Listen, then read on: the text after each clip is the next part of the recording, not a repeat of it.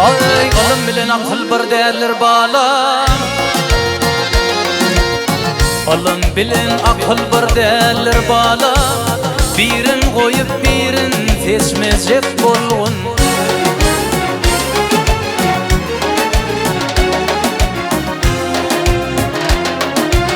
Dolu göz yetirip bilmeyen vadın, iyili çinle güve geçmezcek bolgun.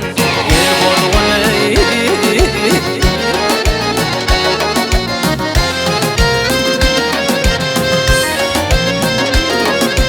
Ay kimishin bu dünyanın kuruluşu dardır.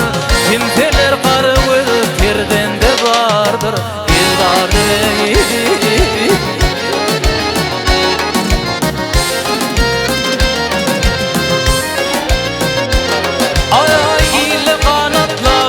Yanım vardır, yönetimiyle uçmacak bolgun. Gel bolgun ey.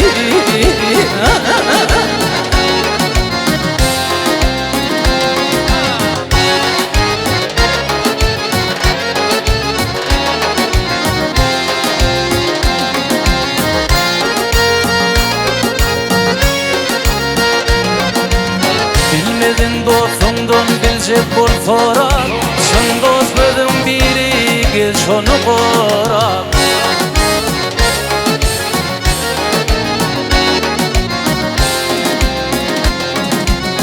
Sütümezlerim hancar edirer. Yürek düş dostundan geçmezcek bolgun. Gel bolgun ey.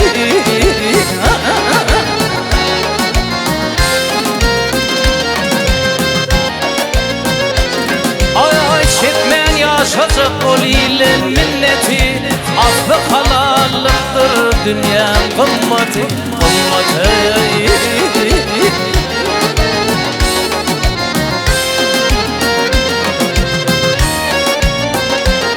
Ay sana bahşetseler sekiz cenneti, halal ocağından göçmeyecek bolgun. Gel bolgun ey.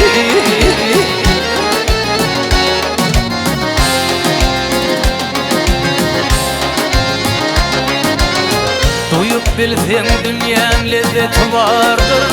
O kuyunu görmeyen bir gözlü kördür.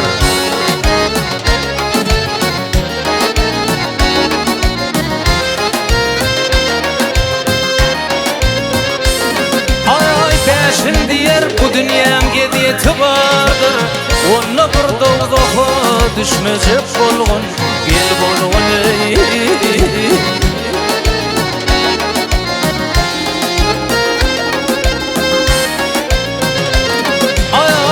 Bahşettiler, ay sana bahşettiler sekiz cenneti.